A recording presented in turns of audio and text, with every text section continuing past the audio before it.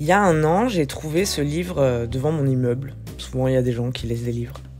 Et c'était un livre dont ma copine Lucie m'avait déjà parlé. C'est un livre autobiographique où Nicolas Bouvier raconte son voyage dans les années 50 de Genève jusqu'en Afghanistan. Derrière, il y a écrit cette très jolie phrase « Un voyage se passe de motifs.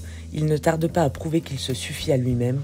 On croit que l'on va faire un voyage, mais bientôt, c'est le voyage qui vous fait ou vous défait. » Quand j'ai trouvé le livre, j'étais tranquille, en crise existentielle, comme tous les 15 jours. Et je sais pas, j'espérais que dans ce livre, j'allais trouver des réponses. En juin dernier, j'avais toujours pas fini le livre. Et j'étais aussi en crise existentielle. Dingue, non, ma vie. Qu'est-ce que j'ai envie de faire comme vidéo sur YouTube? Est-ce que je déménage de Paris? Est-ce que je profite assez de la vie? Est-ce que je devrais voyager plus? Ou est-ce qu'au contraire, je devrais me poser? You know, rich people problems. Non, mais en vrai, c'est dur de prendre des directions dans la vie, vous avez remarqué? Bon. Du coup, j'ai décidé de prendre un mois de vacances. Et j'ai emmené le livre en me disant, bon, là, ça fait un an, faut vraiment le finir, quoi. Et je me suis dit que pendant un mois, je sortirais pas de vidéo, voilà, vraies vacances. Ma seule mission, finir le livre. Et je pensais que pendant ce mois, j'allais trouver des réponses. Je pensais qu'en faisant rien, ça me libérerait l'esprit. Puis que je finirais sûrement par être frappée par l'intelligence infinie de l'univers, tu vois. Ce qui me permettrait enfin de résoudre la vie. Alors, pendant un mois, j'ai vraiment rien fait. Enfin, plutôt, j'ai fait que des trucs que j'avais envie de faire, comme être avec des gens que j'aime, un petit peu de coloriage, du sport. Je suis allée dans des friperies. J'ai fait du yoga. J'ai revu mon meilleur ami du lycée. Et maintenant, il est papa.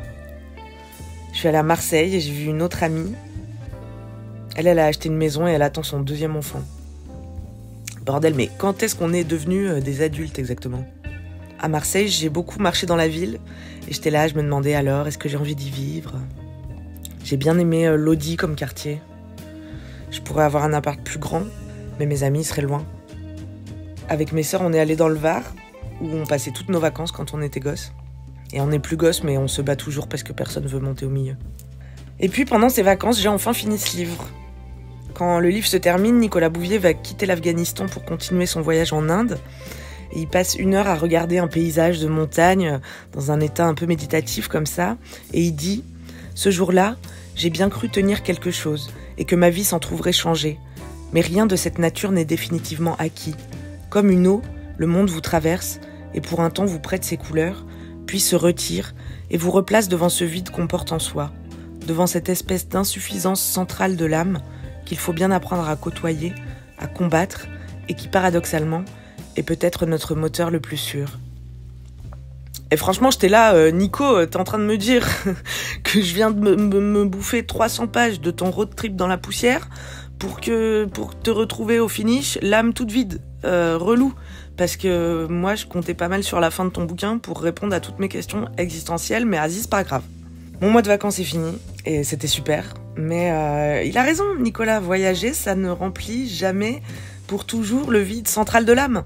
Voilà, ça apporte pas forcément de réponse. Mais parfois, ça fait un truc mieux. Ça fait oublier les questions. Et au final, je suis rentrée à Paris. J'ai plus envie de déménager à Marseille. Et j'ai envie de continuer le voyage là où je suis en ce moment avec mes questions sans réponse. Parce qu'en réalité, mes questions, je pense que c'est normal de se les poser. Mais je te jure, au fond, elles servent un peu à rien. Je crois que si je veux des réponses, c'est parce que je voudrais tout contrôler. Je voudrais savoir si je fais bien, si je fais assez. Parce que je me compare aux autres et parce que je suis fixée sur le résultat, parce que j'ai grandi dans une société capitaliste, mais bref. Et en fait, on s'en fout. Je crois que ces questions, elles distraient de ce qui est vraiment important. Tu vois, moi, elles m'emmènent toujours dans le passé ou dans le futur et ça me donne l'impression que la vie est chaotique et qu'il faut vite que je l'organise. Et ces questions, elles peuvent te faire oublier que le voyage se suffit à lui-même, tu vois. Et que ce qui est important, c'est les personnes avec qui on voyage. Je crois que ce qui nous empêche le plus d'être heureux, c'est de penser qu'on doit l'être tout le temps. Tu vois, que s'il y a du moins bien, c'est qu'on n'est pas sur le bon chemin. Et moi, personnellement, quand il y a du moins bien, j'ai une petite légère tendance à vouloir tout envoyer bouler et recommencer à zéro. Mais la réalité, c'est que sur tous les chemins, il y a du moins bien. Et au lieu de se poser des questions, on peut apprécier ce qui est là. Parce que ça sert à rien de changer de paysage si on n'a pas appris d'abord à regarder. C'est beau ça, hein, c'est de moi. Je suis contente d'être de retour sur YouTube. Je voulais faire une vidéo réconfortante pour qu'on se rappelle que On est tous perdus, personne n'a vraiment les réponses. C'est ok de se poser plein de questions. On sait pas toujours où on va, mais ce qui est sûr, c'est qu'on y va. Et finalement, on n'a pas besoin de connaître à l'avance tout ce qui va se passer pour apprécier ce qui est déjà là. Je vous fais plein de bisous dans votre vide central de l'âme. Parce que ce qui est sûr aussi, c'est qu'après un mois de vacances, vous m'aviez manqué. Merci d'être là. Prenez soin de vous. Je vous dis à la semaine prochaine. Bye.